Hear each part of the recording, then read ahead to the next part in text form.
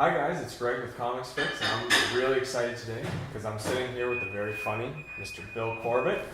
Hello, Hi, folks. Bill. You know Mr. Corbett from Mystery Science 3000, RiffTrax, and his book that's on Comicsfix now, original graphic novel, Superpowered Revenge Christmas. A very funny holiday-themed graphic novel. So yeah, thank you so much for being here today. My pleasure. Yeah, we're Thank really you. excited to have you. So yeah, I want to get into the book, but first I wanted to just kind of get a little background on you. I know you came on in Mystery Science Theater 3000, not at the beginning, so I just wanted to see kind of how you got involved with that. Well, I was part of the Minneapolis comedy and general writing scene, like theater scene, and a lot of the people who were working on Mystery Science Theater just became pals, because of that, because it's not a gigantic scene. And I was teaching a screenwriting class. A couple of them took that, and I just became a fan of the show little by little, and started hanging around with them. And at one point, I was just sort of in the same room and asked Mike Nelson, the head writer, what do you think about me auditioning? And he said, sure, come on in. And I sat down with them, and I had to write, I don't know what I felt like a good fit. Yeah. And it was really fun. Cool. And eventually they hired me. Nice. Yeah. Awesome. Suckers.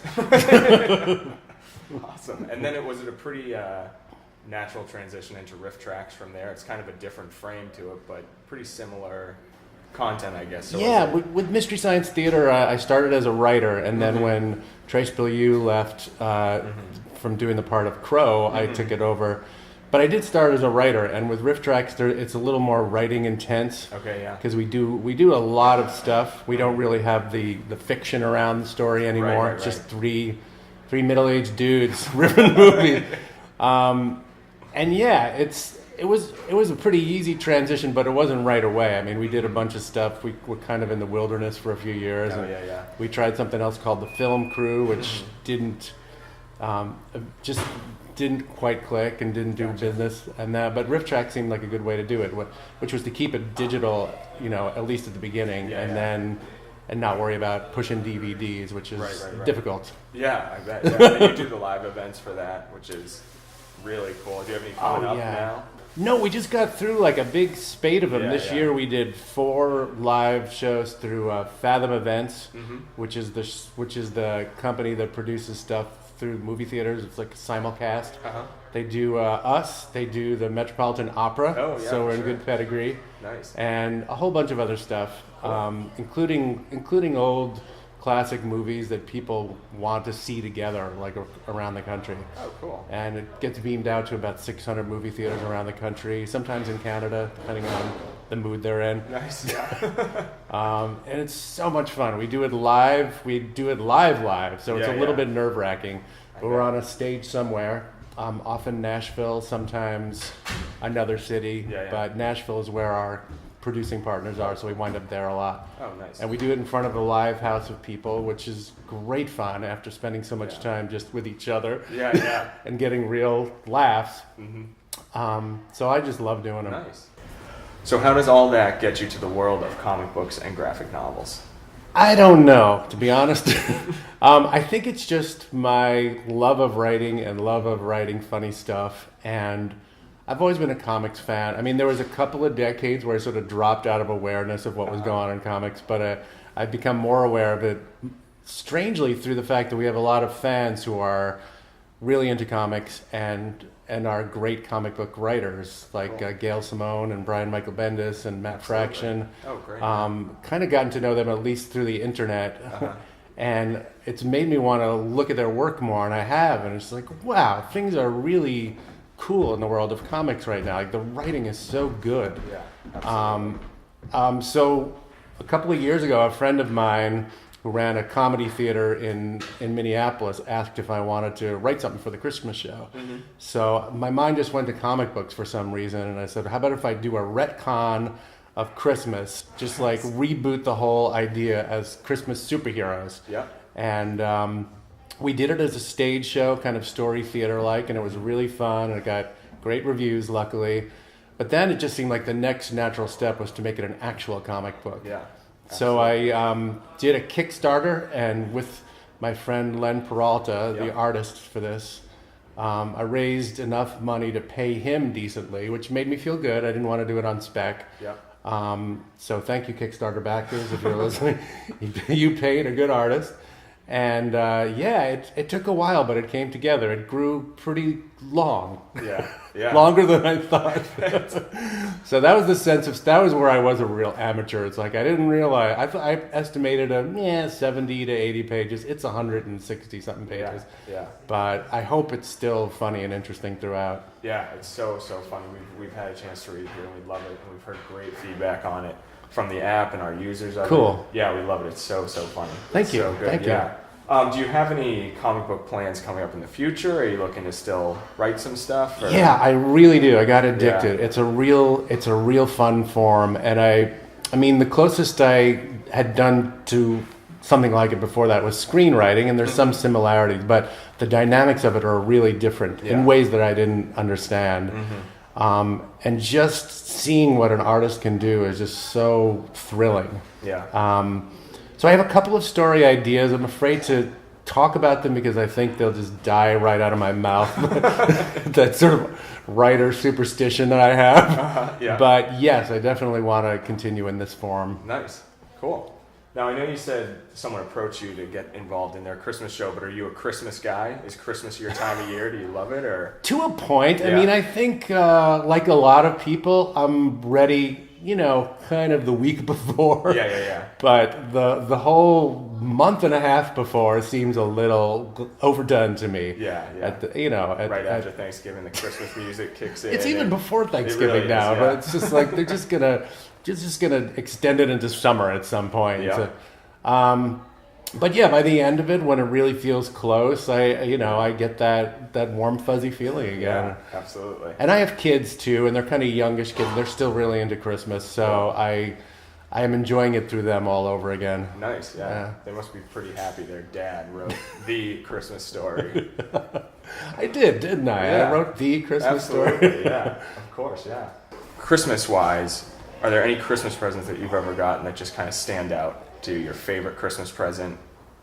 Yes. Yeah. When I had two brothers who were almost my age, it was just like boom, boom, boom. My parents were very busy for 3 years.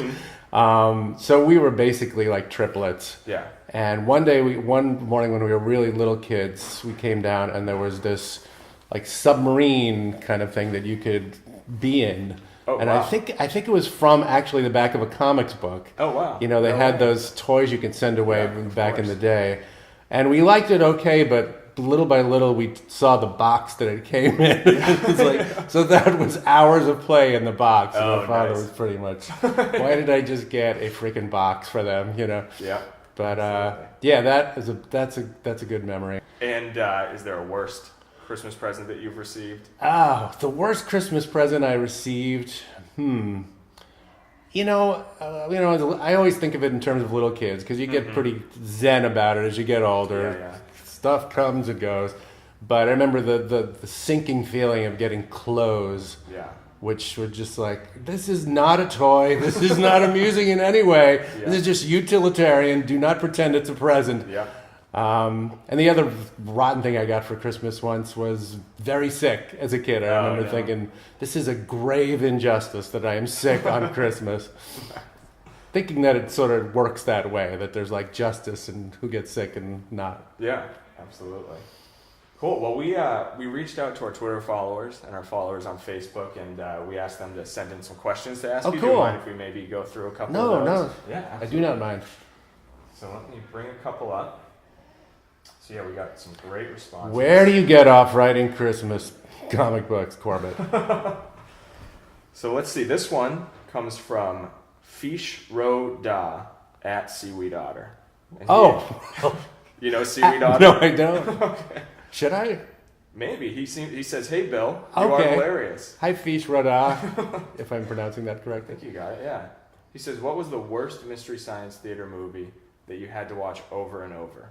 Oh, I think in my era, there were some really bad Coleman Francis movies before I got there that were just really boring, I thought, and it was very very brave of them to take them on, or foolish, I'm not sure. But in my time, we did one called The Neptune Man, which is a Japanese movie that was just so incoherent. And we just done a really funny one called Prince of Space with a Japanese sort of superhero from space who keeps saying that he's invincible, but whenever anybody shoots him, he like dives out of the way. It's like, you're not proving your point here. But we followed it up a couple of weeks later with The Neptune Men, which was just stultifyingly boring and incoherent. So that's the one that sticks out for me. Cool. So this comes from Gail Simone. Oh, hello, Gail. Gail Simone.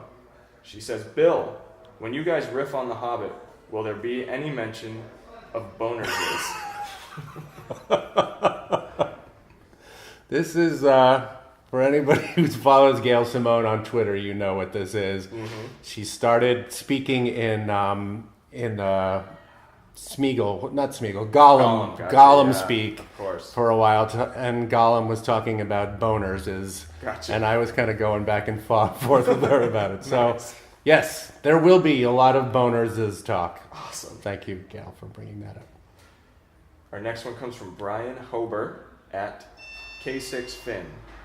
He says, do you ever find yourself riffing movies as second nature, like watching Schindler's List and you start to riff it? No. I've actually used Schindler's List as an example. When people ask me, are there any movies you would never go near? And it's like, yes, Schindler's List. Yeah. One, Hotel Rwanda. Like, there are some things you just cannot try to be funny around without being a monster. Yeah. Because it's so antithetical to what's going on screen.